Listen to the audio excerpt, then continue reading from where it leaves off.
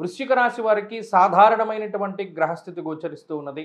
అష్టమ స్థానమందు రవి బుధుల యొక్క స్థితి బుద్ధి చాపల్యానికి కారణమవుతుంది. ఇది ట్రాప్, అంటే ఇదేదో ఉచ్చు అని తెలిసినా కూడా వీళ్ళు అందులో పడతారు.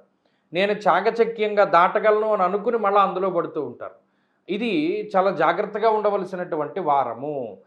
దుర్దోష శత్రు సంవాదో గమనం వ్యధ అన్నది శాస్త్రము. అంటే ఏ పని చేసినా అది 2-3 సార్లు చేయవలసి వస్తుంది.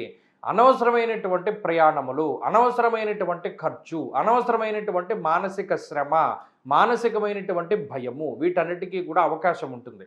అయితే ప్రధానమైనటువంటి బలం ఏమిటి అంటే గురుబలం. నిజంగా ఆ గురుబలం కనుక లేకపోతే ఈ సందర్భంలో వృశ్చిక రాశి వారు చాలా ఇబ్బందులు పడేవారు. ఇప్పుడు ఈ అష్టమంలో రవి బుధులు ఉండడము, సప్తమంలో కుజుడు ఉండడము, పంచమంలో శనేశ్వరుడు ఉండడము, అంటే కొంత అనాలోచితమైనటువంటి చర్యలు మీరు చేస్తూ ఉన్న ఒక సిక్స్త్ సెన్స్ ఏదో ఒకటి చెప్తూ ఉంటుంది. అరే నువ్వు ఇది చేస్తున్నావు, ఇది తప్పు, వీడికి ₹1 ఇస్తున్నావు తప్పు, మనం పక్కనే పామును పెంచుకుంటున్నాం, వీడిని పోషిస్తున్నాం, వీడు మన మీదే కాటేస్తాడు అని ఒక సిక్స్త్ సెన్స్ చెప్తూ ఉంటుంది. అది చెప్పినప్పుడు ఆగిపోవాలి. ఇవాళ ఈ ప్రయాణానికి వెళ్తున్నావు, టైం వేస్టు, ఇది ఉపయోగం లేదు, దీనివల్ల నువ్వు ఇబ్బంది పడతావని ఇన్నర్ వాయిస్ ఒకటి వస్తూ ఉంటుంది. అటువంటివి విన్నప్పుడు మీరు మానేయాలి.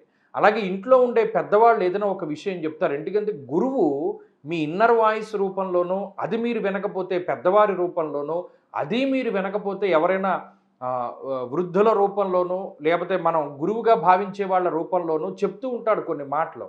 అది వినాలి. అది వినకపోతే అది స్వయంకృతాపరాధం అవుతుంది. ఆ గ్రహస్థితి మిమ్మల్ని ఏడిపిస్తుంది. అందువల్ల ఆ పైన మీకు చెప్పేటువంటి వాళ్ళ మాటలు వినుటూ ముందుకు సాగుతూ ఉండడం వల్ల మీకు ఇబ్బంది ఉండదు. ఈ వారంలో ఆర్థిక ఇబ్బంది కానీ, నష్టం కానీ ఏమీ ఉండదు. కానీ మిమ్మల్ని అధికంగా శ్రమ పెట్టి మీ చేత కాలక్షేపంతోటి ఏదైనా ఇబ్బందికరమైనటువంటి పనులు చేయించడానికే గ్రహస్థితి చూస్తూ ఉంటుంది. దాన్ని మీరు చాలా చాకచక్యంగా దాటాలి. అందుకనే చెప్పాను, ఎదర ఉచ్చు ఉందని తెలుసు, దాన్ని దాటడానికి ప్రయత్నం చెయ్యకండి, అసలు అటువైపు వెళ్ళకండి. అలా వెళ్లకుండా ఉంటే ఈ వారంలో బయటపడతారు.